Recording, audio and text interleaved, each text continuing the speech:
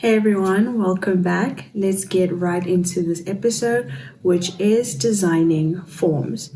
Right, so we're going to head off, starting off at our dashboard. On your left, you'll see all the options. Dashboard conversation, we're going to go straight down to sites. When you click sites at the top, you have your options, funnels, websites, stores, webinars, analytics. We're just going to go straight into forms.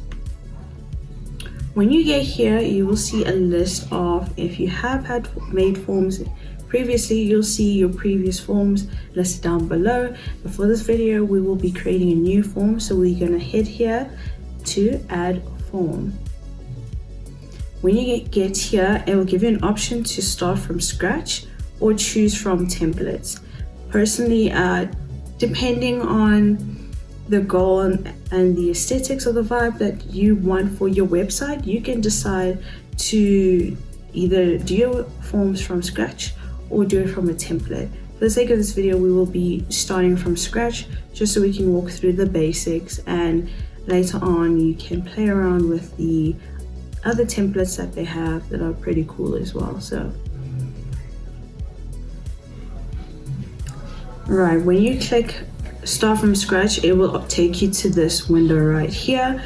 As you see on your left, you'll have options that you can add to your form depending on your goal or any objectives that you have for your website. So here we have a section for personal info, full name, first name, last name, date of birth, phone number, email.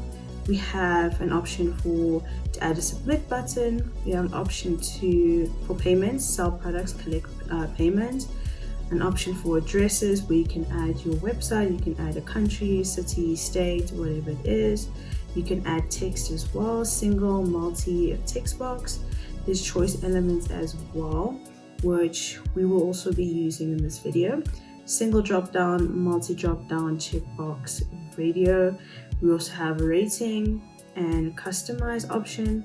So this will be your T's and C's at the bottom, recapture, whatever it is. And the other elements include images, numbers, date picker, signature, monetary, and file upload. So we're just going to go back to the top. So the form we'll be creating today is a very basic form. We'll be creating a basic form just to capture some data to reach out to potential leads. So important information, we'll obviously need the person's first name, person's last name, phone number, email address. That is already set there for us. Now, if I am offering a service and I'd like to find out specifically what service that person is looking for, what I can do is scroll down here to choice elements and add a multi drop down to my form. You're just going to drag it onto the form and it will appear. From here on your right, you'll then have the settings for this drop down where we can label it. So here I'm going to put it as the question. Next, we're going to go here to our options where we have option 1, option 2, option 3. So for option 1, let's say marketing. Option 2, we will say e-commerce services.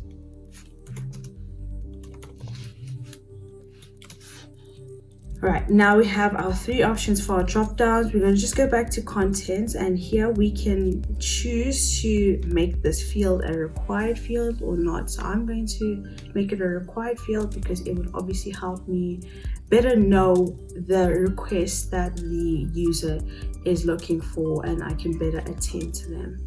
So just like that, that is done.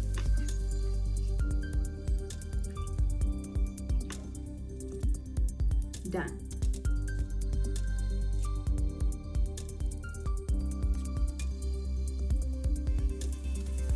Next, we obviously want to make the form look like our brand, make it look aesthetic to the eye. So to just make it more brand friendly, we're just going to add an image. You can add an image anywhere on the screen.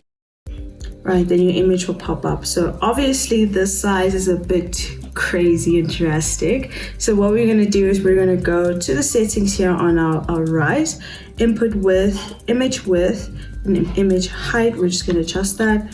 So usually 150, 100 to 150 always looks good. So we're just going to do 100 by 150 or 150 by 150. That's perfect. Right, so now we have our logo applied just to make it more aesthetic or make it more our brand. We have our first name, last name, phone number, email address. Again, on your left, you can add any additional information that you will need or this form to achieve the purposes that it needs to achieve. So here, I just want basic information, and also I just want to find out what service the user is looking for. Therefore, I've added the multi drop down. Here at the bottom, we have the T's and C's, the consent section. I'm just going to leave that there. And then here we have our button. Our button you can customize. Here we have an option, have a filled option, border option, text only option. I think text only would look good. And then here you can choose what your button would say. Mine would say submit. You can obviously call your button whatever you want to call it. You can add a call to action, anything that you want.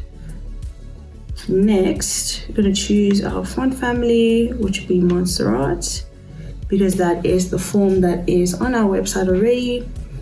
Font size, we'll leave it as that. Enable icon.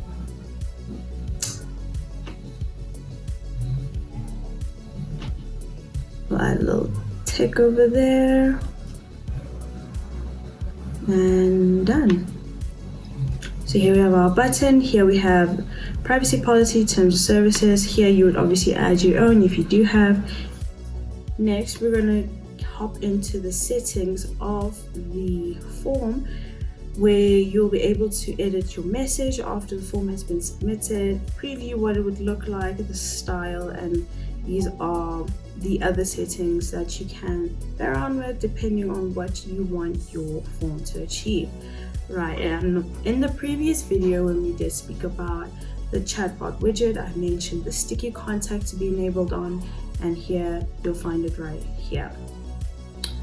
Sticky contact remembers and autofills contact details when users return on the same device and browser. So we're going to keep that on just to make it easier for the users when they do return. So I'm just going to leave everything as is because it looks good. And then here in submissions, you can obviously see who has submitted and reach out to them accordingly.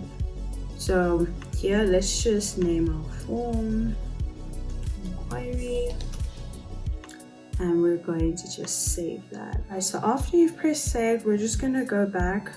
Once you get back, you're gonna end up right on the dashboard again. And what we're going to do is I'm going to walk you guys through how to add the form onto your website. So from here, we're going to go to websites at the top here, to our website that we want to add the form to. Now from here, we're just going to choose the page we want to add the form to. So I want to add my form into the contact page.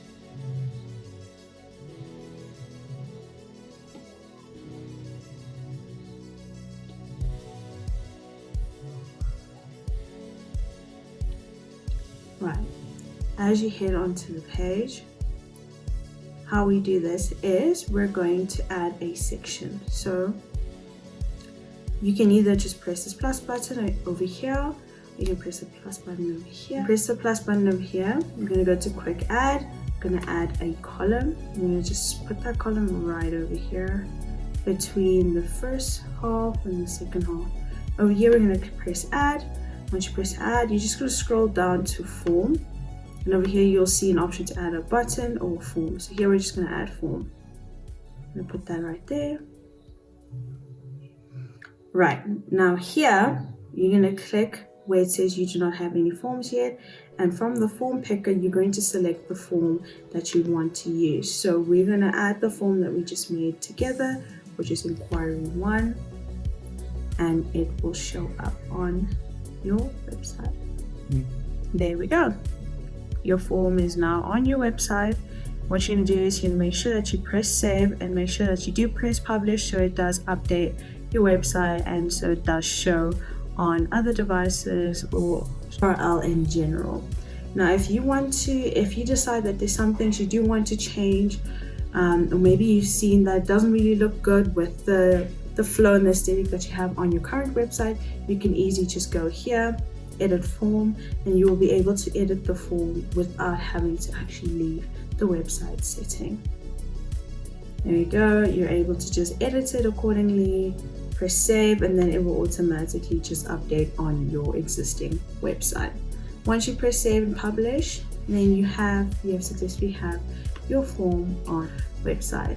Thank you guys for watching. I hope you've enjoyed and I hope it was helpful. Don't forget to like and subscribe, comment down below if you have any questions, and we will see you in the next one.